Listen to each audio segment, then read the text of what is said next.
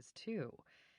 Of course, they were all deadly as hell, too, so maybe it was a good thing he wasn't getting jiggy with one of Noelle's operatives. Who wanted to sleep with a woman who was capable of murdering you in your sleep? He'd much rather stick to the non-lethal chicks he met at the bars, thank you very much. You say that as if you're not getting any, Liam said mockingly, and yet we both know you didn't spend the night alone, or the day. What, are you practicing for a marathon? Sullivan's silver eyes twinkled. Bloody right. Stella and I beat my record today. 7 times. Stella. Have I met her? His buddy snorted. We hooked up with her sister a few months ago. Shit, right. A laugh flew out. You're such a whore, bro. Just had to make a move on the sister, huh? She made the move, Sullivan said smugly. What was I supposed to do? Turn her down? That'd break her heart. Liam couldn't help but laugh again. Truth was, he appreciated Sullivan's open attitude towards sex. Until he'd become friends with the cocky Australian, he'd never known anyone with that reckless, anything-goes mentality. Anyway, it's a bloody shame you bailed today. You would have had fun. Liam didn't doubt it. He always had fun with Sullivan. But maybe it was too much fun. Their sexual antics had begun to distract him lately, even confuse him, if he were being honest.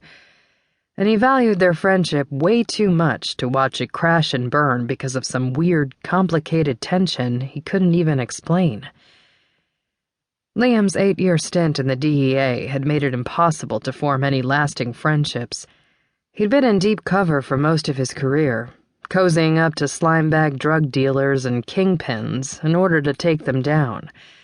A damn lonely way to live, but the extent of his loneliness hadn't truly sunk in until after he'd gone private and hooked up with Morgan. The easy camaraderie he'd witnessed among Morgan's men had been a major reason why he'd joined the crew full-time, and once he'd been ingrained in a team, he'd realized just how much it sucked to work alone, to be alone. His friendship with Sullivan Port, girly as it sounded, meant a lot to him. He'd never connected with another guy the way he'd connected with Sully. The two of them could read each other's minds. And with the rest of Morgan's men dropping like flies into commitment territory, Liam and Sully were among the few remaining hound dogs of the bunch. Yeah, sorry, he told Sullivan, keeping his tone vague. I had a shit ton of email to answer. Your family's on your case again, eh? He sighed. Yup, but that's what happens when you come from an Irish Catholic clan. 8 kids, for fuck's sake. I don't know what my folks were thinking. Ah, mate, you're lucky. You'd hate being an only child, not to mention an orphan. Liam gulped at the wistful note in Sullivan's voice, suddenly feeling like a total ass for complaining about his family. He'd been raised by parents who adored him, and surrounded by 7 boisterous siblings who always had his back, while Sully had spent his entire childhood in foster homes.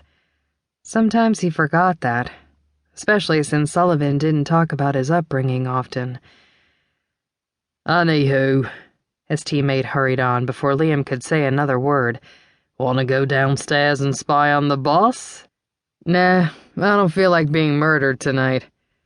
That got him a loud laugh. Another good point. Fine, let's watch a movie then. I don't feel like going to bed yet. He hesitated, then said, Pass, I'm frickin' exhausted. Jeez, Boston, you're such a bloody pansy. Rolling his eyes, Sullivan heaved himself out of the chair and rose to his full height. If you change your mind, I'm down in the theater. I won't. I'm ready to collapse. The blond man headed for the door, then paused to toss a quick taunt over his broad shoulder. Night, princess. Fuck off. With a laugh, Sullivan left the room and closed the door behind him. The moment he was alone again, Liam leaned back against the pillows and released an unsteady breath. Shit.